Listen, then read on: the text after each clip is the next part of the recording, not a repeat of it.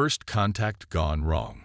The stars twinkled silently against the vast blackness of space as the UES Polaris cruised at half speed through the uncharted system. Captain Elena Cruz stood on the bridge, her dark eyes fixed on the main viewscreen as it displayed the unusual stellar formation ahead. The Polaris was Earth's newest deep space science vessel, equipped with the most advanced sensors humanity had ever developed. A ship designed not for war, but for discovery. Captain, we're picking up unusual energy signatures from the fourth planet. Lieutenant Reza Nazari reported from the science station, his fingers dancing across the holographic interface. It doesn't match any known pattern in our database. Elena turned, her interest piqued.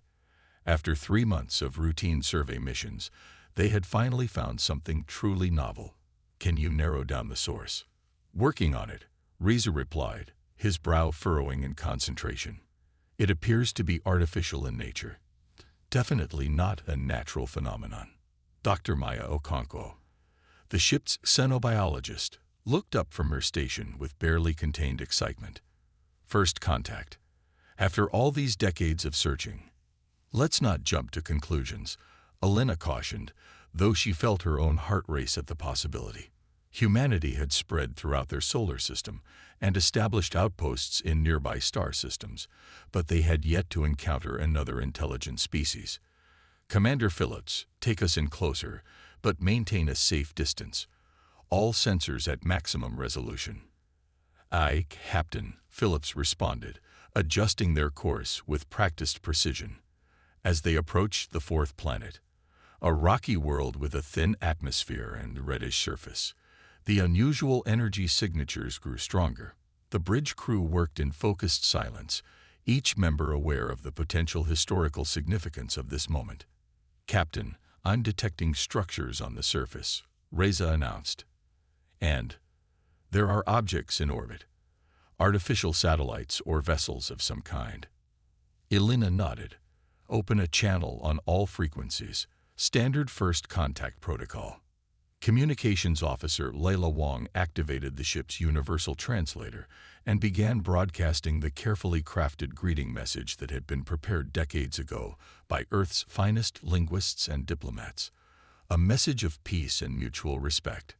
Minutes passed with no response.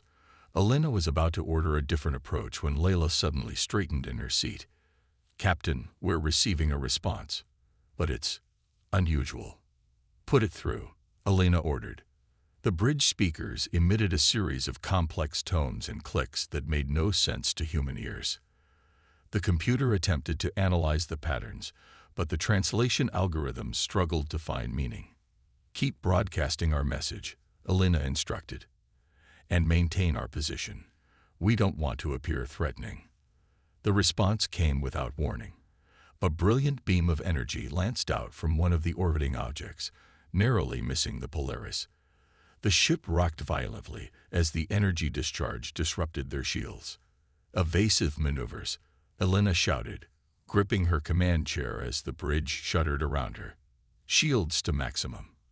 Commander Phillips responded instantly, sending the Polaris into a steep dive away from the planet. But the attack continued. 3 more energy beams cut through space toward them. They're targeting our engines, the tactical officer shouted. Shields down to 60%. Elena's mind raced. The Polaris wasn't a warship. It carried only minimal defensive capabilities. Send an emergency message to Earth Fleet Command. First contact scenario has turned hostile. Before the message could be transmitted, another energy beam struck the ship's communication array. Sparks flew from consoles across the bridge as systems overloaded. Communications are down, Layla reported, her voice shaking. We can't reach Earth. Elena made a split-second decision. Set course for the Proxima outpost. Maximum speed. We need to warn Earth before these hostiles can reach populated systems. As the Polaris accelerated away from the planet, their sensors detected several vessels breaking orbit to pursue them. The alien ships were unlike anything humans had designed. Smooth, asymmetrical forms that seemed to flow rather than fly through space, their hulls gleaming with an iridescent material that defied analysis. "They're gaining on us, Captain," Phillips warned. "Divert all non-essential power to engines and shields," Alina ordered, "and prepare the emergency beacon. If we can't outrun them, we'll launch it toward Proxima." The ship groaned under the strain as its engines pushed beyond designed parameters. Behind them, the alien vessels continued their relentless pursuit. Dr. Okonkwo approached Alina's chair, her expression grave. "Captain, I've been analyzing what little data we gathered. These beings, I believe they call themselves the Serathi. They show signs of collective consciousness. Their ships move with perfect coordination, like cells in a single organism. That would explain the lack of effective communication," Alina mused. "Our individualistic greeting protocols might be meaningless to a hive mind." Their discussion was interrupted as the ship rocked violently again. Another energy beam had struck their aft shield. "Shields at 30%, the tactical officer announced. "One more direct hit and they'll fail completely." Alina looked at the display showing the pursuing ships. They were toying with the Polaris, deliberately targeting non-critical systems. Not trying to destroy them outright, but disable them. "They want us alive," she realized aloud. A cold silence fell over the bridge as the implications sank in. Whatever the Serathi's intentions, being captured was not an option. "Launch the emergency beacon," Alina ordered, "and set a new course." Phillips looked up in surprise. "Captain, we're going to attempt a slingshot maneuver around the system's star," Alina explained. "The radiation should mask our signature long enough to give us a head start toward the Weber jump point." It was a desperate gambit. The Weber jump point was a recently discovered spatial anomaly that could potentially shave weeks off their journey back to populated space, but it was unstable and largely untested for ships of the Polaris' size. As they executed the maneuver, using the star's immense gravity to accelerate them to velocities the engines alone could never achieve, the pursuing Serathi ships fell back, seemingly unwilling to follow them so close to the stellar furnace. The Polaris emerged from the maneuver with its hull scorched and its systems strained but intact. For the moment, they had escaped. But as they limped toward the jump point, their long-range sensors detected a far more disturbing development. A massive fleet of Serathi vessels was heading directly for the Proxima outpost, humanity's farthest permanent settlement from Earth. They must have detected the outpost's emissions, Reza surmised grimly. "We've led them right to it." Alina shook her head. "No, they knew it was there all along. Why else would they be so prepared? So aggressive? They were never going to let us make peaceful contact." The realization hit her like a physical blow. This wasn't a misunderstanding or a cultural miscommunication. This was the beginning of a war, and humanity was woefully unprepared. "Get us through that jump point," she ordered. "We need to reach Earth before it's too late." But it was already too late for the 2,000 colonists at Proxima Outpost. As the Polaris entered the spatial anomaly, their final sensor readings showed the Serathi fleet opening fire on the defenseless outpost. The data stream cut off abruptly as the ship was violently thrown through space-time. When they emerged 3 days later in the Tau Ceti system, home to humanity's second-largest extrasolar colony, Alina immediately sent out a distress call with all the data they had gathered on the Serathi. Within hours, they were met by a military escort that rushed them to Earth. Alina found herself standing before the United Earth Defense Council, recounting the horrific events and presenting their findings. "They've destroyed Proxima Outpost," Admiral Marcus Chen said gravely, after reviewing the Polaris sensor logs. "All hands lost. And now they're heading for the Tau Ceti colonies." "With respect, Admiral," Alina interjected, "conventional military tactics may not work against them. Their technology is beyond ours, and their collective consciousness gives them perfect coordination." Chen nodded thoughtfully. "Then we'll need to think unconventionally." He activated a holographic display showing a massive starship unlike any in Earth's current fleet. Its design was sleek and intimidating, with forward swept wings housing what appeared to be extraordinarily powerful weapon systems. "This is the UEA's Aegis," Chen explained. "Our newest and most advanced warship. It's equipped with experimental technology that might give us an edge." Elena studied the hologram with growing interest. "What kind of experimental technology?"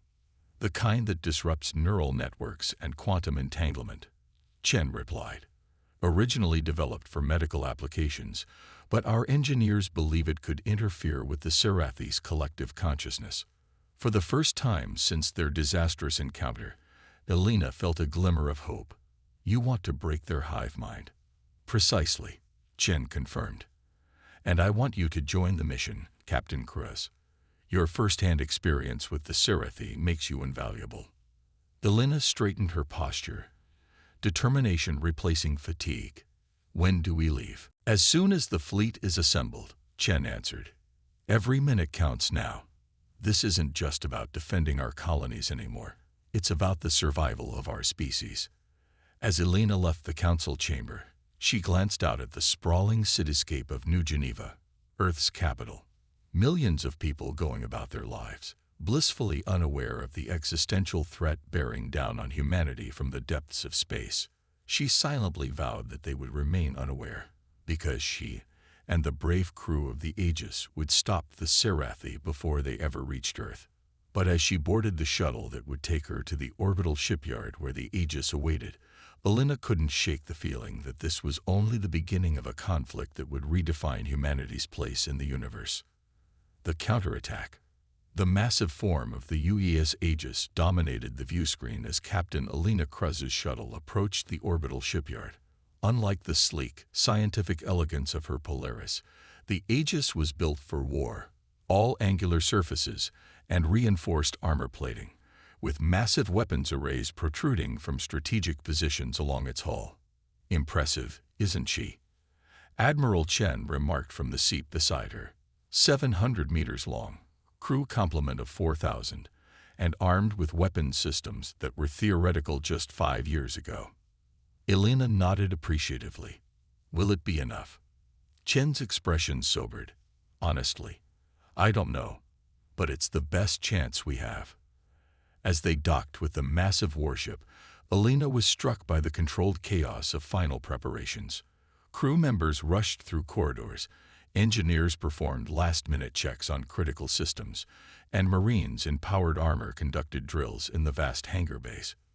"We've assembled a fleet of 37 ships," Chen explained as they made their way to the bridge. "The Aegis will serve as flagship, with you serving as my tactical advisor." Elena raised an eyebrow. "Me? Admiral, I'm a science vessel captain with limited combat experience." "You're the only human who's encountered the Sarathi and lived to tell about it," Chen countered.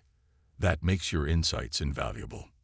The bridge of the Aegis was a marvel of human engineering, a vast semicircular space with tiered workstations surrounding a central command platform.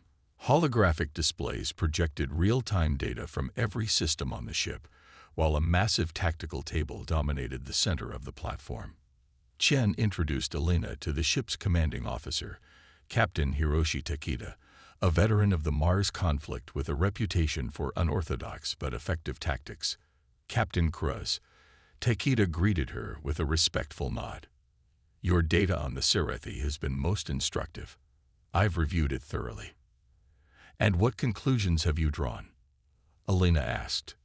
Takeda gestured to the tactical table, where a holographic display showed the projected path of the Sarathi fleet. "They're moving methodically, destroying every human outpost they encounter. Not just military installations, scientific research stations, mining operations, even civilian habitats. They're being thorough." "Which suggests this isn't a limited incursion," Elena noted. "It's extermination." "Precisely," Takeda agreed. "However, there's something interesting in your sensor logs from the Polaris." He manipulated the controls, bringing up a spectrographic analysis of the Sarathi energy weapons. Their technology relies heavily on quantum entanglement, not just for communication, but for their weapon systems and possibly their ship propulsion as well. Elena leaned closer, her scientific curiosity piqued. That would explain their perfect coordination, but it also suggests a vulnerability. Exactly, Chen interjected, which is why the Aegis is equipped with these. He brought up schematics for what appeared to be massive emitter arrays, quantum field disruptors, designed to create localized areas where quantum entanglement becomes unstable, breaking their connection to the collective. Elena realized. Brilliant. If it works. That's the big question, Takeda acknowledged. We haven't been able to test the technology under combat conditions. You'll get your chance soon enough, Chen said grimly. The Serathi fleet will reach the Ta City colony in less than 24 hours. We depart in 2. The next 2 hours were a flurry of activity as Elena familiarized herself with the Aegis's systems and integrated her knowledge of the Serathi into the tactical database. She was surprised to find Dr. Maya Okonkwo already aboard, working with the ship's science division. They'd brought me in as a xenobiology consultant, Maya explained, though there's precious little biological data to work with. We haven't even seen what a Serathi looks like beneath those ships. We might never know if we can't stop them, Elena replied soberly. When the fleet departed Earth orbit, it was the largest military force humanity had ever assembled. In addition to the massive Aegis, there were cruisers, destroyers, and specialized electronic warfare vessels. They traveled through a series of jump points, pushing their engines to the limit in the race to reach Ta City before the Serathi. They arrived with barely 4 hours to spare. The colony's civilian population was being evacuated to underground shelters, while orbital defenses were brought to full readiness. Elena stood beside Admiral Chen on the Aegis's bridge as the fleet took up defensive positions around the colony. Long-range sensors have detected the Serathi fleet, the sensor officer announced. Estimated time to arrival, 3 hours, 47 minutes. Chen turned to Elena. Any last insights before we face them, Captain? Elena considered carefully.